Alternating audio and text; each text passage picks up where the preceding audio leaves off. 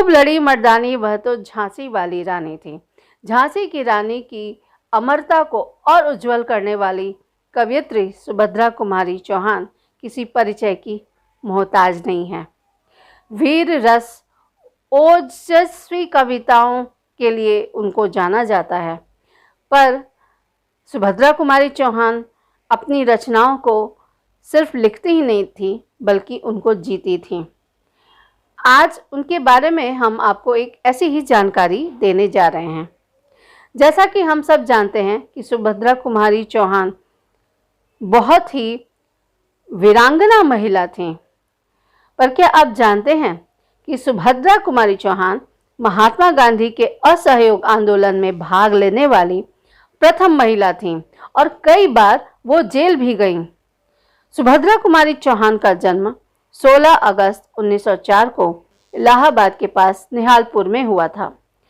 पिता रामनाथ सिंह जमींदार थे, लेकिन पढ़ाई को लेकर जागरूक भी थे।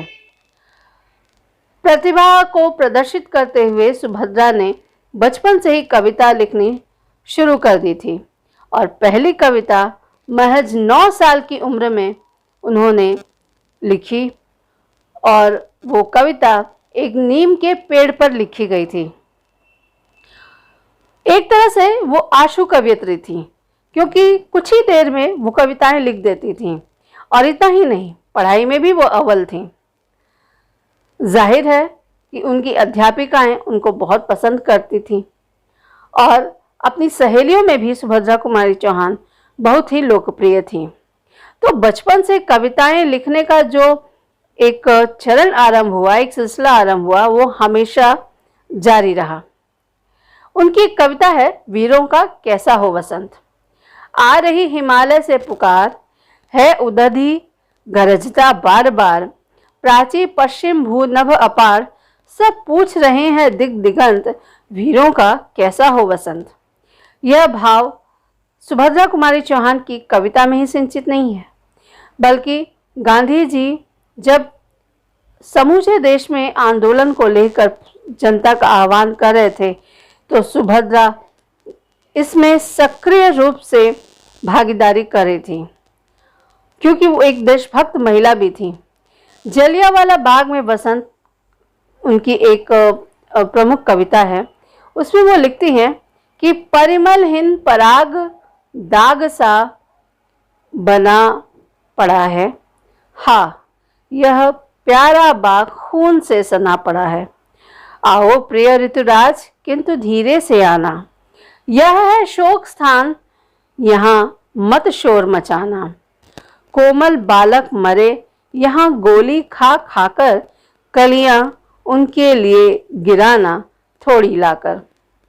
सुभद्रा कुमारी चौहान का विवाह लक्ष्मण सिंह के साथ हुआ था, जो कि एक नाटककार थे, और इन्होंने अपनी पत्नी का हमेशा साथ दिया, आगे बढ़ने में उनके साथ हमेशा खड़े रहे। सुभद्रा कुमारी चौहान और लक्ष्मण सिंह दोनों ने ही कांग्रेस के लिए काम किया। सुभद्रा महिलाओं के बीच जाकर उन्हें स्वदेशी अपनाने और तमाम संकीर्णताएं छोड़ने के लिए प्रेरित करती थीं, और ये सब वो अपनी गृहस्थी को संभालते हुए कर रही थी। अपनी गृहस्थी को संभालते हुए वो साहित्य और समाज की सेवा कर रही थी। लेकिन ये ईश्वर की अजीब माया है कि अच्छे लोग उन्हें पता नहीं क्यों इतने प्रिय लगते हैं कि बेहद कम उम्र में ही उनको बुला लिया करते हैं। 44 साल की अल्पायु में ही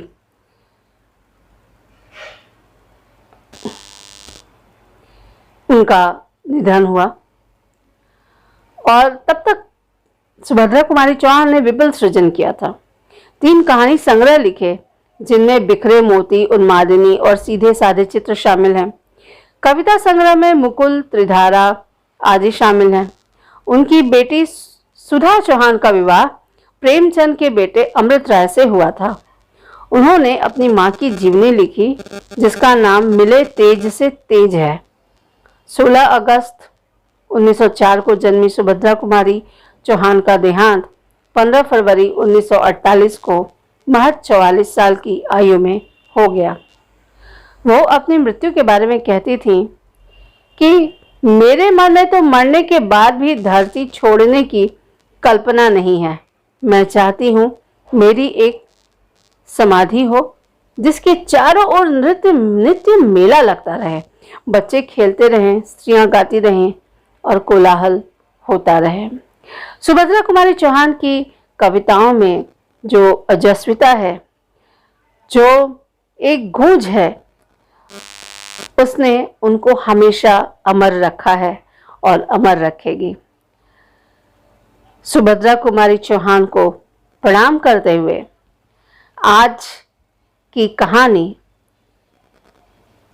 हम यहीं समाप्त करते हैं।